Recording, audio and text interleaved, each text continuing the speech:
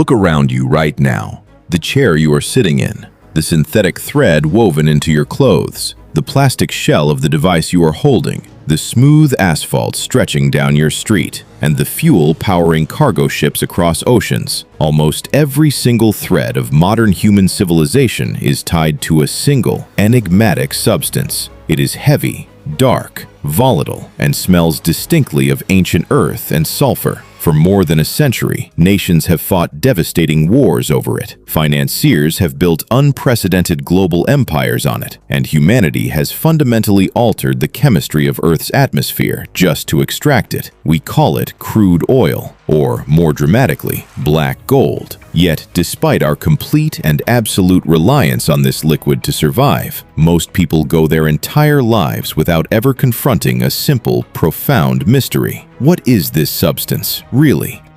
How did vast, pressurized reservoirs of dense, dark liquid end up trapped miles beneath layers of solid granite and limestone? And why is this precious fluid distributed so unevenly across our planet, endowing barren, sun-scorched deserts with unfathomable economic power, while leaving other vast landmasses almost entirely empty? When you pull up to a service station and fill your vehicle with gasoline or diesel, you are engaging in a process that bridges human engineering with deep geological time. The prevailing scientific consensus tells us that every drop of fuel you burn is actually refined solar energy, captured by microscopic marine organisms that drifted through warm, primeval seas hundreds of millions of years ago, long before the first dinosaur ever walked the Earth. It is a staggering reality to contemplate. The sheer speed and complexity of 21st century life, our commercial aviation, global supply chains, massive container ships, and chemical manufacturing pipelines are literally powered by the liquefied remains of a forgotten prehistoric world. Yet, the origin of oil is far more complex and debated than a simple story of decomposed prehistoric life. For generations, brilliant scientific minds engaged in a fierce, silent battle over its true nature. A rival group of distinguished scientists proposed a radical alternative. What if oil is not biological at all? What if, deep within the extreme heat and crushing pressures of Earth's mantle, elemental carbon and hydrogen continuously react to manufacture synthetic hydrocarbons, which then migrate upward through deep subterranean fractures into the crust? This conflict between the biogenic theory, that oil comes from ancient organic matter, and the abiogenic theory, that oil is formed through deep planetary chemistry, is not merely an academic debate. It holds monumental consequences for our future. If oil is biological, it represents a strict, non-renewable gift from ancient ocean ecosystems, a finite treasury that, once depleted, is gone forever. But if it is non-biological, continually generated deep within the bowels of the planet, Earth may be a self-replenishing hydrocarbon engine with energy reserves far greater than we ever dreamed possible. How did a sticky, bubbling liquid that once seeped harmlessly out of hillside fissures become the blood of global industry? Why did humanity spend thousands of years treating it as a minor curiosity or medicinal salve, only to suddenly realize in the mid-19th century that it possessed the key to unlocking unlimited mechanical power? The answers lie at the intersection of chemistry, deep-time geology, and human ambition. To unravel this mystery, we must embark on an investigative journey across hundreds of millions of years. We must descend into primordial oceans lacking oxygen, dive deep beneath tectonic plates where rock behaves like slow-moving plastic, and explore the ancient history of human discovery, from Sumerian builders binding bricks with natural bitumen 6,000 years ago, to Chinese engineers drilling with bamboo pipes, to the massive industrial boom that transformed the modern world. To understand how black gold came to govern our world, we have to begin where the journey started, in the warm, stagnant depths of Earth's long-lost ancient oceans. For decades, popular culture has fed us a beautifully cinematic lie. We have all seen the illustrations, a mighty Tyrannosaurus rex or a long-necked Brachiosaurus collapsing near a swamp, sinking slowly into the prehistoric mire and eventually liquefying over millions of years into a pool of dark, energy-rich oil. It is a compelling image, but scientifically it is almost entirely a myth. If our modern world ran on liquefied dinosaurs, our gas stations would have run dry generations ago. The truth is far more humbling, far more vast, and infinitely more microscopic. The real creators of our planet's black gold were not giant scaly monsters, but trillions upon trillions of microscopic organisms that drifted silently through Earth's ancient, sunlit oceans. To find the true birthplace of oil, we have to travel back in time, deep into the Mesozoic era, between 100 million and 250 million years ago. During this incredibly warm epoch in Earth's history, the planet looked nothing like the home we know today. There were no polar ice caps, global temperatures were soaring, and greenhouse gases in the atmosphere were at levels that would terrify modern climatologists.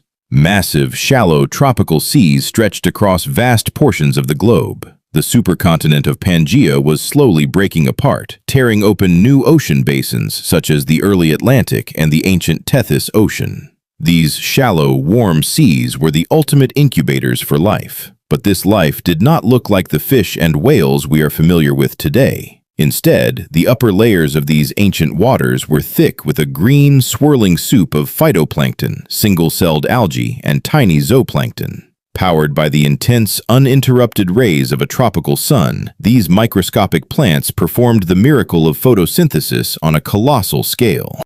Day after day, they absorbed solar radiation and stored that pure solar energy within their tiny, carbon-rich bodies. When these trillions of microbes reached the end of their brief lifespans, they drifted downward through the water column. In the deep ocean today, we call this phenomenon marine snow, a continuous, silent blizzard of organic debris falling into the abyss. Under normal circumstances, this organic matter would never become oil. In a healthy, well-circulated ocean, scavenging deep-sea creatures and oxygen-breathing bacteria are waiting at the bottom to devour this biological debris, breaking it down and recycling the carbon back into the ocean and atmosphere. But the Mesozoic oceans were not normal. Because the planet was so warm, the temperature difference between the equator and the poles was remarkably small. This lack of temperature contrast stalled the global ocean currents.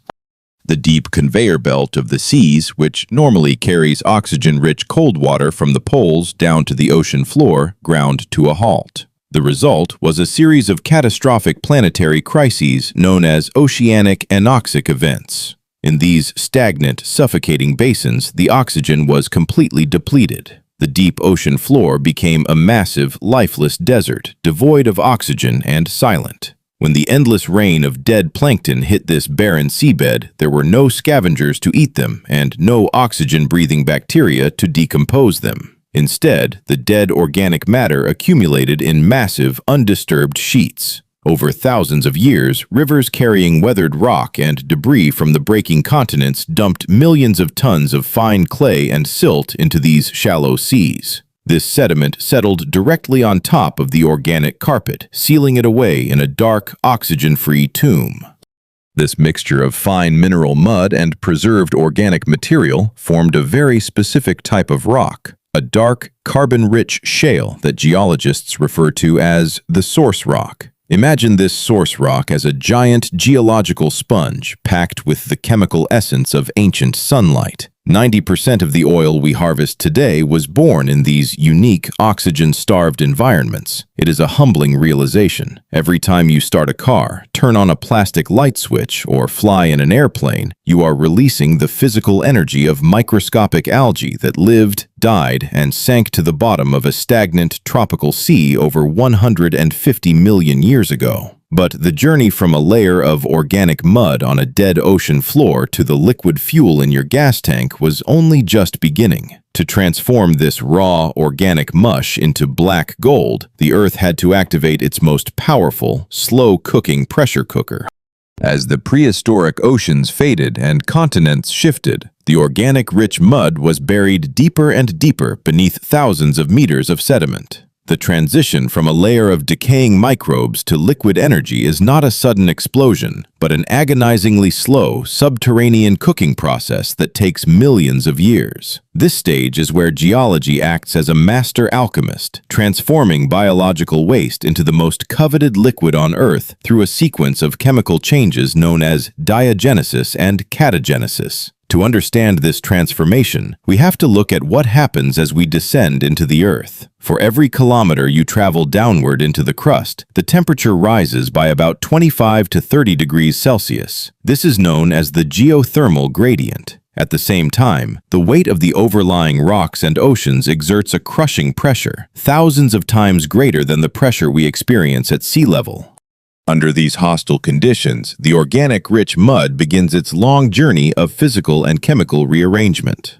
First comes diagenesis. As the sediment is buried down to a depth of about 1 to 2 kilometers, temperatures remain relatively low, typically under 50 degrees Celsius. Here, specialized anaerobic bacteria, which can survive without oxygen, feast on the most easily digestible parts of the organic matter, like proteins and carbohydrates. What they leave behind is a complex, dark, insoluble, waxy polymer called kerogen. Kerogen is the crucial intermediate stage of oil. It is not yet petroleum. It is a solid, chaotic mixture of carbon, hydrogen, oxygen, and nitrogen locked within the pores of the compacting shale. If the burial process stops here, we are left with oil shale, a rock containing kerogen that can be burned directly but does not flow. To make liquid oil, the kerogen must go deeper into the kitchen of the Earth. This brings us to the stage of catagenesis. As the tectonic conveyor belt pushes the rock deeper, down to between 2 and 4 kilometers, the temperature rises into a critical zone, 70 to 120 degrees Celsius. Geologists call this sweet spot the oil window. Within the oil window, the high temperatures act like molecular scissors. The immense heat begins to break the weak chemical bonds in the massive, complex kerogen molecules, cracking them into smaller, lighter, and more fluid hydrocarbons. The long, tangled chains of atoms are simplified. This is the exact moment when solid organic matter liquefies, transforming into liquid crude oil and wet hydrocarbon gases. If the rock is buried even deeper, where temperatures exceed 150 degrees Celsius, the oil window closes and the gas window opens. In this deeper, hotter realm, the temperatures are so intense that they crack the liquid oil molecules even further, breaking them down into the simplest, lightest hydrocarbon of all, methane, or natural gas. Go deeper still, beyond 200 degrees Celsius, and all hydrocarbons are destroyed, leaving behind nothing but useless, inert graphite. This means that the creation of oil is a balancing act of geological precision. If the source rock is not buried deep enough, it remains useless, waxy kerogen. If it is buried too deep, it is vaporized into gas or destroyed entirely. The planet must cook the organic matter at just the right temperature, at just the right depth, for just the right amount of time, often for tens of millions of years. It is a slow-motion miracle of thermodynamics, happening in absolute darkness, miles beneath our feet. There are actually 3 main types of kerogen, each determined by the original organic material that settled on the ocean or lake floor. Type 1 kerogen is derived mainly from the lacustrine algae, which lived in ancient freshwater lakes. This type is highly rich in hydrogen and produces some of the highest quality, most paraffin-rich liquid crude oils when cooked. Type 2 kerogen is born from marine organic matter, the phytoplankton and zooplankton of the shallow, stagnant seas we discussed earlier. This is the source of the vast majority of the world's marine crude oil and gas. Finally, type 3 kerogen comes from terrestrial plant matter, like trees and ferns that were washed into delta systems. This type contains less hydrogen and more oxygen, meaning that when it is subjected to catagenesis, it primarily produces natural gas and coal rather than liquid oil. Identifying which type of kerogen resides within a subterranean basin is one of the most critical tasks of modern petroleum geologists. By using advanced chemical analysis techniques such as pyrolysis, scientists can heat a tiny rock sample from a deep borehole in a controlled laboratory setting, effectively mimicking millions of years of geological heating in a matter of minutes. This allows them to determine whether a basin is likely to yield light, sweet crude, heavy asphalt, or dry natural gas. This incredibly complex subterranean kitchen shows that oil is not just an accidental puddle of prehistoric liquid. It is a highly refined chemical product distilled by the earth itself over epochs. But once this liquid oil is brewed inside the dense, tight pores of the shale, how does it escape? How does a fluid trapped inside solid rock miles underground manage to pool into massive reservoirs that humans can actually drill into? To answer that, we must look at how oil begins its perilous, slow-motion migration through the crust of our planet. Once the Earth's subterranean kitchen has finished cooking the kerogen, we are left with a massive problem. The liquid crude oil is still trapped inside the source rock. Typically, source rocks like shale are incredibly dense and tight. They have high porosity, meaning they contain plenty of microscopic spaces that can hold fluids, but virtually zero permeability, meaning those microscopic pores are not connected to one another. The oil is essentially locked in a million tiny isolated prison cells. If it stayed there, humanity would never have been able to access it. The process that frees the oil is known as migration, and it occurs in two distinct phases: primary and secondary migration. Primary migration is the dramatic escape from the source rock. As more and more organic matter is converted into liquid oil and gas within the shale, the volume of the fluids increases significantly. Because liquids and gases take up more space than the solid kerogen they were created from, this expansion generates immense localized pressure. Eventually, the pressure becomes so intense that the shale literally fractures from the inside out. Tiny, microscopic cracks tear through the dense rock, creating temporary pathways.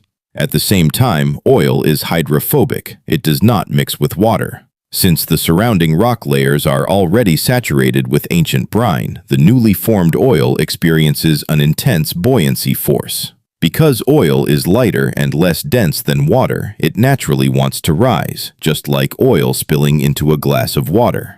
Propelled by this buoyancy and the immense pressure of the fractured shale, the liquid hydrocarbons are squeezed out of the source rock and into neighboring, more cooperative rock formations. This is the moment of escape. Once the oil enters these highly permeable neighboring layers, such as sandstones or limestones, secondary migration begins. Unlike dense shale, sandstone behaves like a giant, rigid geological sponge. Its pores are large and highly interconnected, allowing fluids to flow through them with relative ease. As the oil enters this carrier bed, it begins its slow, upward journey toward the surface, riding on top of the heavier groundwater. If nothing stopped this migration, the oil would eventually reach the surface of the Earth. It would seep out onto the ground, where oxygen and surface bacteria would quickly degrade it into useless, sticky asphalt or tar. This actually happens in many places around the world, such as the famous La Brea tar pits in Los Angeles or the massive Athabasca oil sands in Canada. But to create a commercially viable oil reservoir, the oil must be intercepted on its upward journey. It needs a geological trap. A geological trap is a specific structural configuration of rock layers that stops the migrating oil in its tracks and stores it in high concentrations. For a trap to work, it requires two fundamental components: a reservoir rock and a cap rock. The reservoir rock is the highly porous and permeable sandstone or limestone that holds the oil. The cap rock, or seal, is an impermeable layer of clay, shale, or salt that sits directly on top of the reservoir rock, acting as an impenetrable lid. The most common type of trap is an anticline, a massive dome-like fold in the Earth's rock layers created by tectonic forces. When migrating oil encounters an anticline, it rises to the very top of the dome, only to find its path blocked by the thick, heavy cap rock above. Because the oil cannot go up and it cannot go sideways due to the downward slope of the fold, it pools in the reservoir rock. Over thousands of years, these traps sort their fluids by density. At the very top of the dome, right beneath the cap rock, the lightest hydrocarbon gases accumulate, forming a gas cap. Beneath the gas lies the thick layer of liquid crude oil. And beneath the oil, filling the rest of the porous reservoir rock, lies the heavy, ancient salt water. Other traps are formed by faults, where tectonic movement shifts rock layers, placing an impermeable rock face directly opposite a permeable reservoir bed. Some of the most spectacular traps are created by salt domes. Under high pressure, deep underground salt deposits can flow like slow-moving plastic, punching upward through sedimentary layers and dragging them into vertical traps along their flanks. Without this intricate system of migration, porous rocks, and impermeable traps, the Earth's black gold would be scattered uselessly throughout the crust. It takes a perfect alignment of tectonic movement, sediment deposition, and fluid dynamics to concentrate millions of barrels of oil into a single, localized target. And as we will see, this highly specific geological lottery explains why some regions of the world are floating on a sea of oil, while others are left completely dry. The global distribution of oil is one of the most profound and unequal jokes of geology. It is a geopolitical reality that shapes the modern world. A tiny handful of nations hold the keys to the vast majority of the planet's liquid energy, while other, massive countries must spend hundreds of billions of dollars every year importing it. Why did nature decide to bless the deserts of the Middle East, the freezing waters of the North Sea, and the plains of Texas with ocean-sized reservoirs of oil, while leaving vast swaths of the African interior or the South American mountains virtually empty? The answer lies in a cosmic slot machine, played by plate tectonics over hundreds of millions of years. To get a massive, hyper-concentrated oil province, a region must win the geological lottery, hitting 3 perfect conditions in a row. The right ancient climate to create a source rock, the right tectonic history to create reservoir rocks and traps, and a lack of subsequent geological violence that would destroy the oil. Nowhere is this lottery-winning sequence more visible than in the Persian Gulf, a region that holds nearly half of the world's proven oil reserves. To understand why this desert landscape is floating on black gold, we have to look back to the Mesozoic era, when this region was not a desert at all. Instead, it was the floor of the ancient Tethys Ocean. The Tethys was a warm, shallow, nutrient-rich seaway located near the equator. For over 100 million years, it remained incredibly stable, allowing endless generations of plankton to flourish, die, and accumulate in thick, oxygen-poor muds. This created some of the thickest, most organic-rich source rocks on the planet, but the lottery did not stop there. As the tectonic plates shifted, the Arabian plate slowly crashed into the Eurasian plate. This collision was incredibly gentle compared to the violent crashes that created the Himalayas. Instead of tearing the crust apart or melting it into volcanoes, this slow-motion collision gently folded the sedimentary layers of the old seafloor, creating a massive series of perfect anticlines, those dome-like traps we discussed earlier. Furthermore, during the evaporation phases of these ancient seas, massive layers of salt were deposited on top of the sediment. When the tectonic collision happened, these salt layers formed perfect, unbroken cap rocks, sealing the oil in giant subterranean chambers. Because the Middle East had the perfect source rock, the perfect reservoir rock, porous limestone formed from ancient coral reefs, and the perfect salt dome cap rocks, it became the ultimate petroleum treasury. Contrast this with regions like northern Canada, parts of Africa, or the interior of Australia. Many of these areas are built on ancient geological structures called cratons, massive, highly stable blocks of the Earth's crust that have remained dry land for billions of years. Because these regions were not covered by warm, stagnant oceans during the critical organic-rich windows of Earth's history, they never formed the source rocks necessary to brew oil. You can drill miles into these ancient granites, but you will find absolutely nothing but dry, barren crystal. In other parts of the world, oil was successfully created, only to be destroyed by the Earth's violent moods. In mountainous regions where plates collided with extreme force, such as the Andes or the Alps, the intense heat and folding of the crust buried the source rocks too deep, pushing them far past the oil window and into the destructive zone where hydrocarbons are baked into inert carbon. In other areas, volcanic activity shattered the impermeable cap rocks, allowing the trapped oil to leak to the surface and wash away millions of years ago. This is the ultimate irony of oil. It is a resource created by oceans, but harvested in deserts, brewed in the deep, dark cold of stagnant seas, but fought over in the hot sun of modern geopolitical arenas. The wealth of modern petrostates is not a reflection of human planning or ingenuity, but rather a direct inheritance from a series of tranquil marine events that transpired on a wild, tectonic Earth during the age of the dinosaurs. For most of human history, oil was not a precious commodity, but a strange, sticky curiosity. Long before the first industrial drill punctured the earth, ancient civilizations lived alongside natural oil seeps, where petroleum had migrated all the way to the surface, escaping its geological traps. Rather than drilling for it, these early humans simply gathered what the earth discarded. Over 8,000 years ago, the Sumerians of Mesopotamia discovered dark pools of semi-solid petroleum bitumen. This sticky, tar-like substance proved to be a revolutionary material. They mixed it with sand and clay to create an incredibly durable mortar for building their legendary ziggurats and city walls. It was used to waterproof their reed boats, ensuring they could navigate the waters of the Tigris and Euphrates rivers. They even used it as an early, albeit primitive, medical ointment to treat joint pain and skin ailments. Halfway across the world, the ancient Chinese were even more advanced in their interaction with hydrocarbons.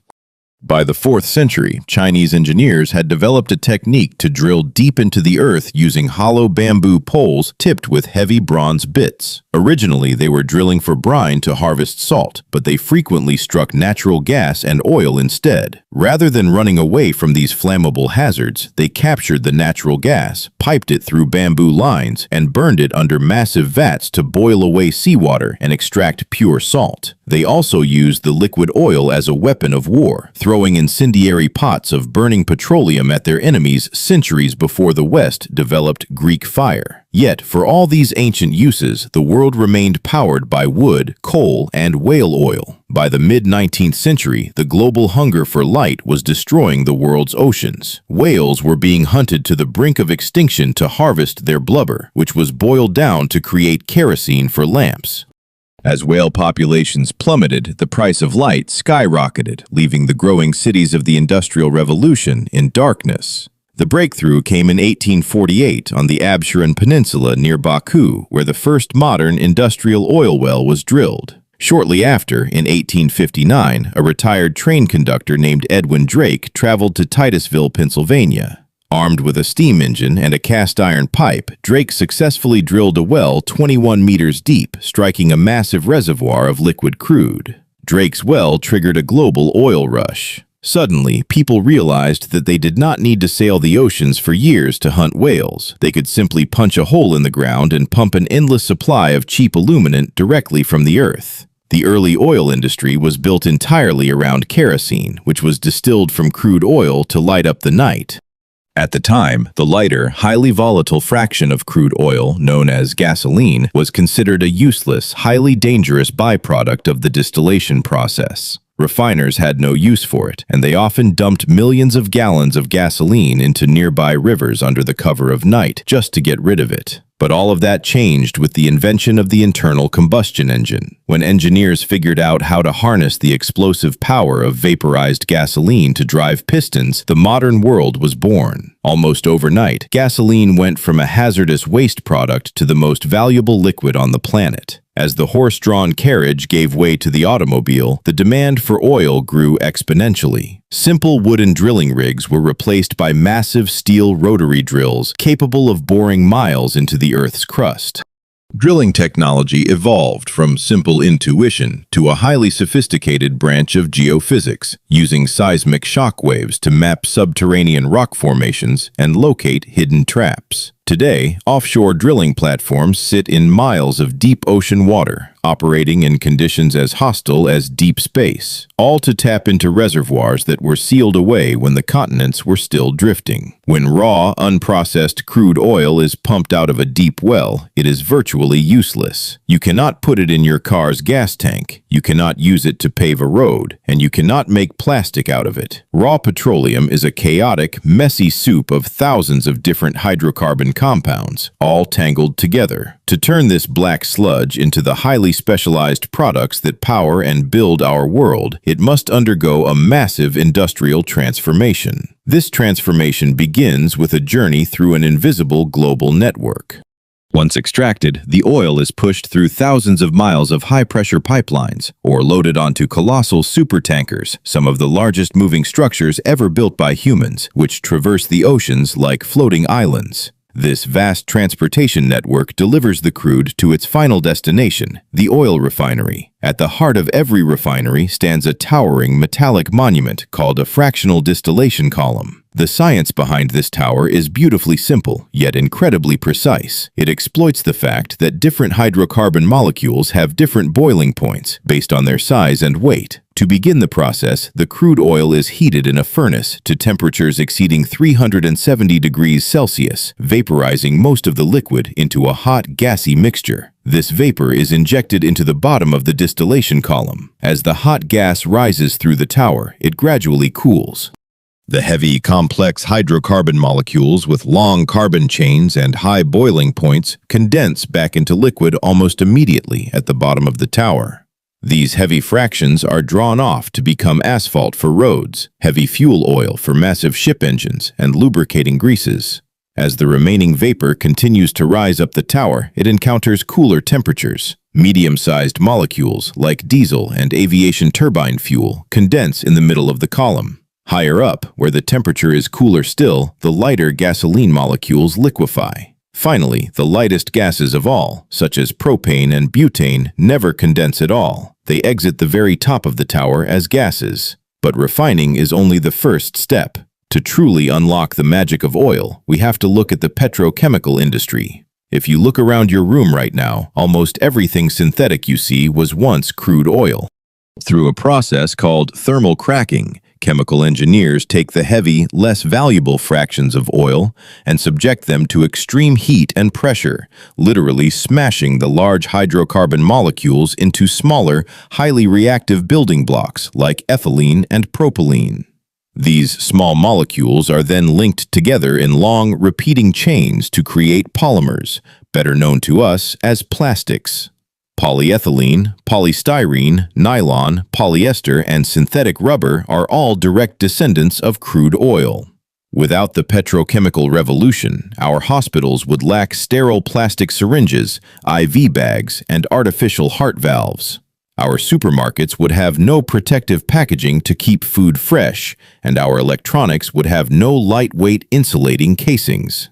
Even more profoundly, oil keeps the global population from starving.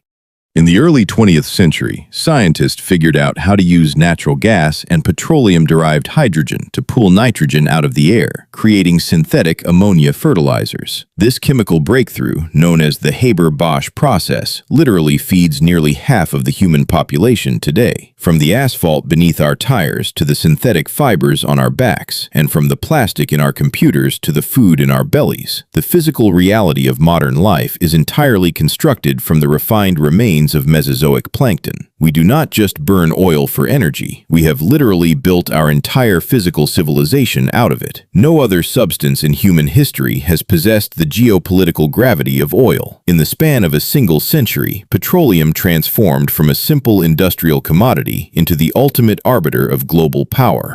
It rewrote the rules of warfare, redrew the borders of continents, and created a highly volatile global economy, where the slightest tremor in an oil-producing region can trigger financial panic across the globe. The true strategic power of oil was forged in the crucible of the 20th century's world wars. Before World War I, armies marched on foot, and logistics relied on coal-fired trains and horses. but by the time World War II erupted, the battlefield had been completely mechanized. Victory no longer belonged to the nation with the most soldiers, but to the nation that could keep its tanks rolling, its fighter jets flying, and its naval fleets sailing. Oil was the absolute prerequisite for military survival. This reality shaped the entire strategic landscape of World War II. When Nazi Germany launched Operation Barbarossa, its colossal, fatal invasion of the Soviet Union, the ultimate prize was not Moscow, but the oil fields of the Caucasus and Baku.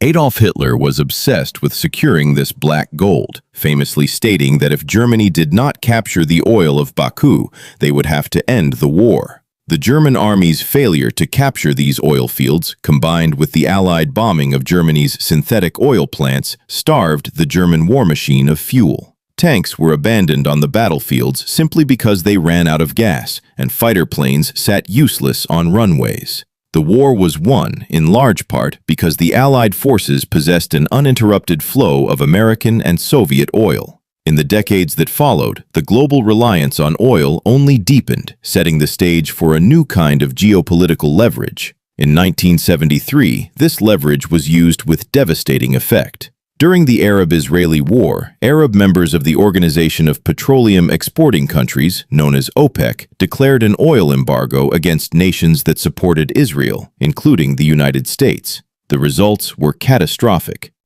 Almost overnight, global oil prices quadrupled. In Western countries, gas stations ran out of fuel, leading to miles-long lines of panicked motorists. Governments were forced to ration fuel, ban Sunday driving, and turn off highway lights to conserve energy. The crisis triggered a massive economic recession, proving to the world that even the most powerful nations on Earth were entirely at the mercy of the countries that controlled the subterranean traps of the Middle East. This vulnerability gave rise to the concept of the petrostate, nations whose entire economies, political structures, and international influence are built on the export of oil. Countries like Saudi Arabia, Russia, Venezuela, and Iran became major players on the world stage, wielding their hydrocarbon reserves as both an economic shield and a diplomatic sword. The global financial system itself was restructured around this liquid gold.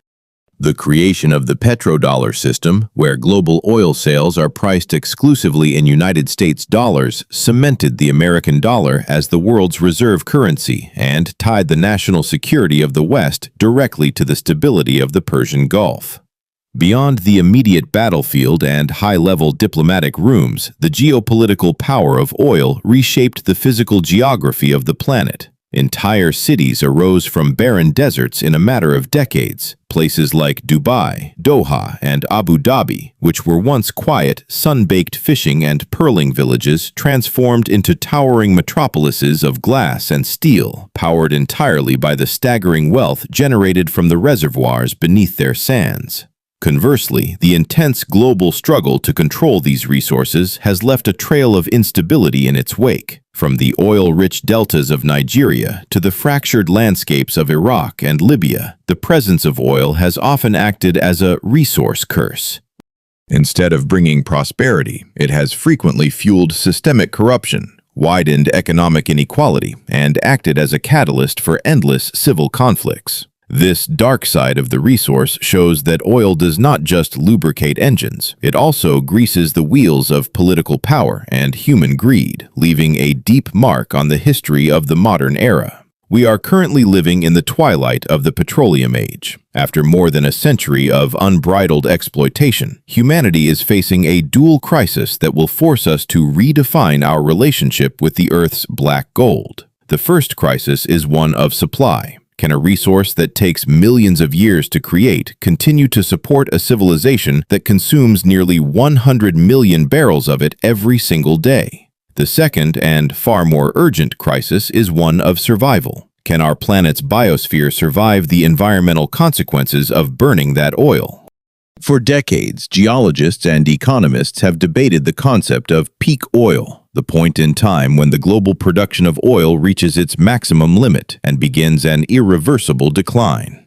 Early predictions warned that we would run out of oil by the turn of the 21st century. However, those predictions underestimated human ingenuity. As old, easily accessible reservoirs dried up, oil companies developed highly advanced technologies to reach previously inaccessible reserves. They engineered hydraulic fracturing, or fracking, to shatter tight shale plays and release trapped oil. They built deep-water offshore platforms that drill through miles of water and rock. They unlocked the heavy bitumen of the Canadian oil sands. But this technological triumph has come at a devastating cost. The deeper we drill and the more energy we expend to extract heavy, dirty forms of oil, the more we damage the environment.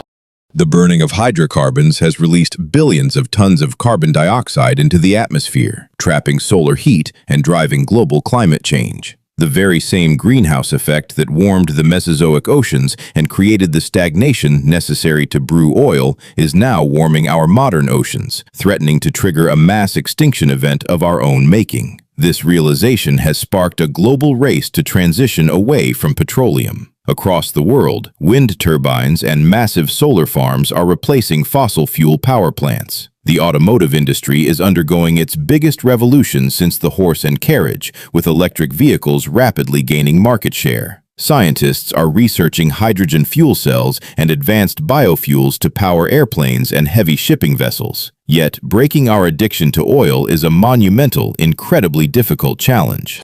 While it is relatively easy to replace gasoline in passenger cars with electricity, replacing the rest of the petroleum puzzle is a different story. How do we build airplanes that can fly across oceans without highly energy-dense aviation kerosene? How do we manufacture wind turbines, solar panels, and electric vehicles without using the massive amounts of oil-derived plastics, synthetic lubricants, and industrial heat required to build them? And most importantly, how do we feed a global population of 8 billion people without the synthetic, petroleum-based fertilizers that keep our agricultural systems running? The reality is that we cannot simply turn off the oil tap overnight. Doing so would cause the immediate collapse of global transportation, trigger widespread blackouts, and result in catastrophic global famine. The transition away from oil will not be a sudden event, but a slow, decades-long process of re-engineering the very foundations of our material world.